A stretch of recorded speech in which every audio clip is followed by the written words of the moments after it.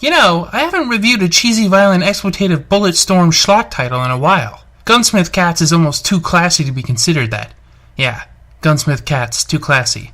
No, I think what we need is something so pointless and stupid, so brainlessly cheesy and violent, it almost defies riffing. Something that seems like Kenichi Sonoda's wheelhouse, but isn't him. Well, okay, since you've already seen the title of this episode, you know that I'm talking about the short one-shot 1991 OVA Burn Up. Much in the vein as AIC's hit OVA Bubblegum Crisis, this has a small group of plucky young women taking the law into their own hands. Though in this case, they're actually law enforcement, so as you might imagine, their performance evaluations are likely peppered with negative sentiments, and the precinct has likely heard the same "you're a loose cannon" admonishment until they were sick to the teeth of it. We'd start, as you would expect, with a violent car chase in the city of Tokyo, I guess, right? It's always Tokyo. And our Pris Sasagiri for this feature, Maki, violently pursuing kidnappers in her own unique way. Blondie just does not give a good damn about traumatizing the victim, but she gets her man with a plume.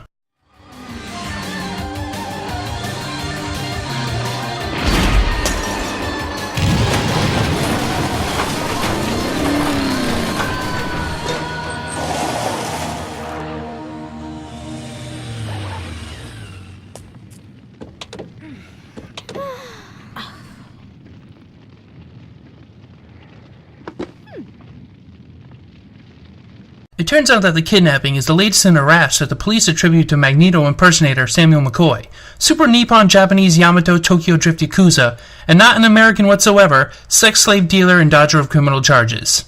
They can't make anything stick with this guy. If only some maniacal hotheads would go off the books and take this guy down. If only. Huh? Mr. Gerald, we have something for you.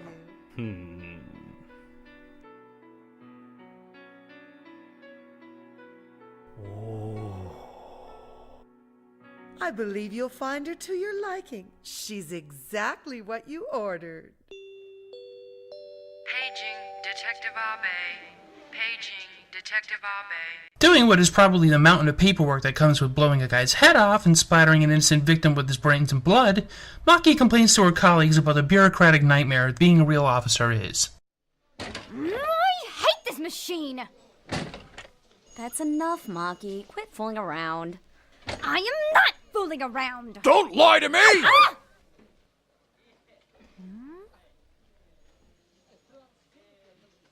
Yo. Kenji? Huh? Did you think I was the chief? Very funny. You know that gang of kidnappers we caught today? They work for Samuel McCoy. McCoy? A high-class sleazeball. Owns a bunch of nightclubs. But word on the street is that his real business is trafficking in young girls. He's a pimp? No. Slave dealer. Ugh, that is really totally disgusting. Yeah, pretty little girls like me aren't safe anywhere.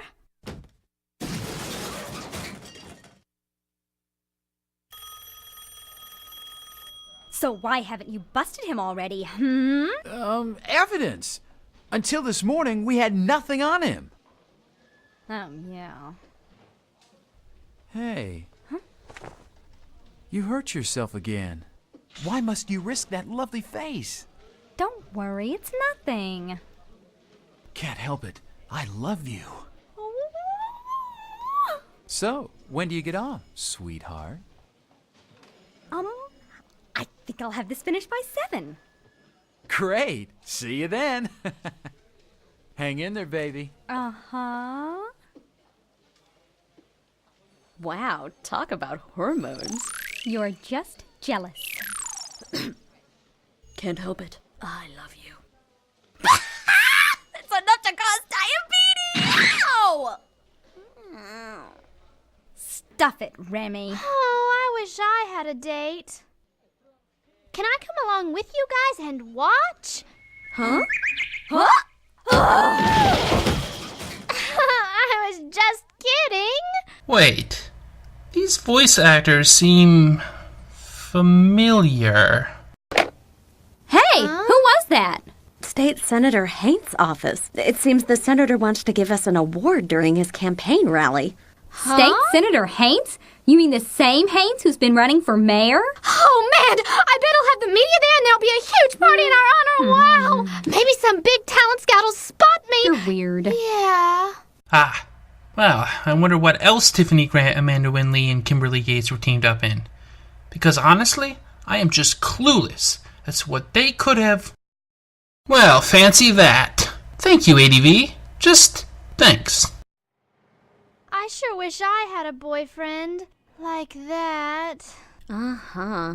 Finding the right guy is pretty hard. You mean you're not getting laid either? It's temporary.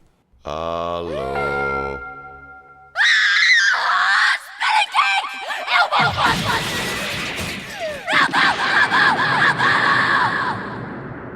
Is that a black cop in an anime that takes place in Japan? I would say it's progress, but this is from 91, and I don't think I've seen an ebony enforcer like Bamba here in an anime since, well, ever. Good on you, AIC. Though maybe you could have made this guy less... whatever this guy's problem is. Pris, Lena, and Nene, I mean Maki, Remy, and Yuka, take it upon themselves to investigate one of McCoy's nightclubs. Apparently, Remy runs into the freaking Mos Eisley Cantina in part of it, which turns out to be a cosplay cafe. Yuka comforts a distraught young woman spurned by her boyfriend, but it turns out to be a trap, and Yuka, is knocked out. Maki and Remy try to get McCoy's men before they can leave with cotton candy hair, but are injured and can't pursue. At the hospital, Blondie receives some bad news.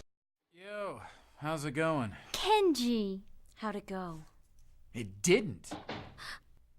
Well, why not? Same reason as always. We got no solid evidence. Until we can prove it was McCoy, the top brass won't give us a warrant.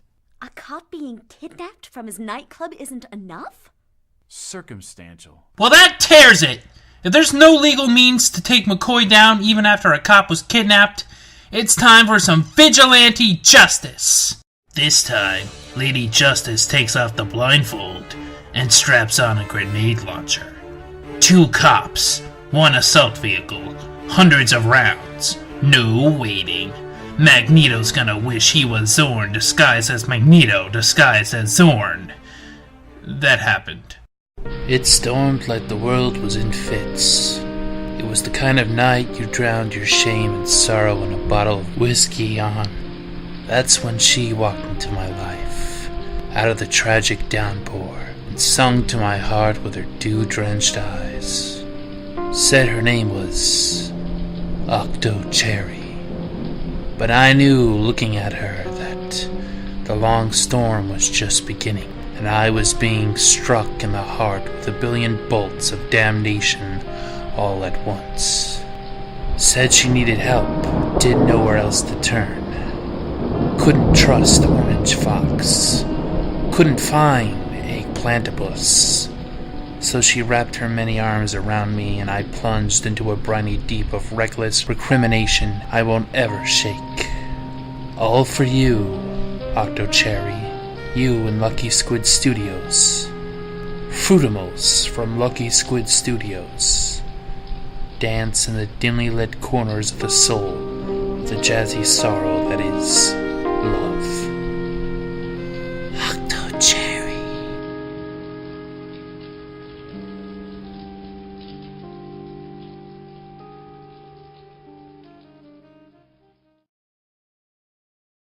It's odd that Yuka's breasts somehow get larger in every scene.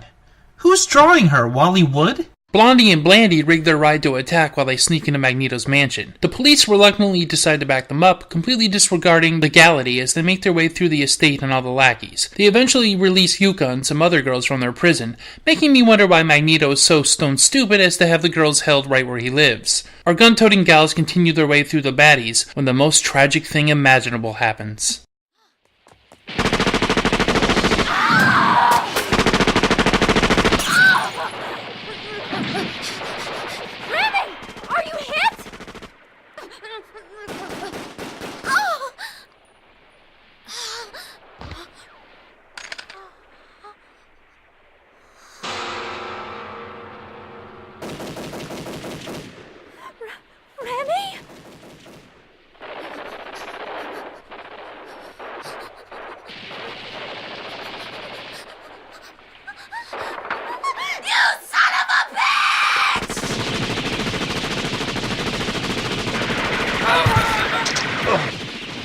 No, I'll pay for it. Do you have any idea what my gross annual income is?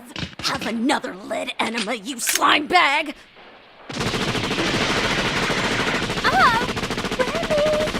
Yes! Avenge that all-purpose pocket computer! Eat shit and die, you tablet-busting slavers! In the arms of the angel, fly away from here, from this dark, cold hotel room, and the endlessness that you fear. Our heroines are approached by a girl who looks like she may have been a hostage, but it turns out she was working for Magneto and injures both of them. That's when Master of Magnet himself arrives. All seems lost with Magneto's goons closing in for the kill, but backup arrives just in time. Our slaver villain seems to take the fall of his empire pretty well, all things considered. And then it just ends. I'm going to guess that Magneto was probably confident at the end there because the police raided his house illegally, damaged his property, and killed a bunch of his associates, probably destroying all kinds of evidence in the process. With the kind of lawyers he could afford, that guy was probably in Hong Kong a month later doing the same thing he was doing in Japan. Nah, he was totally in prison forever. There's no bullshit justice like late 80s and early 90s action schlock justice. Well, that was Burn Up. It was really simple and stupid, full of the kind of exhausted tropes of its ilk, and honestly, pretty fun.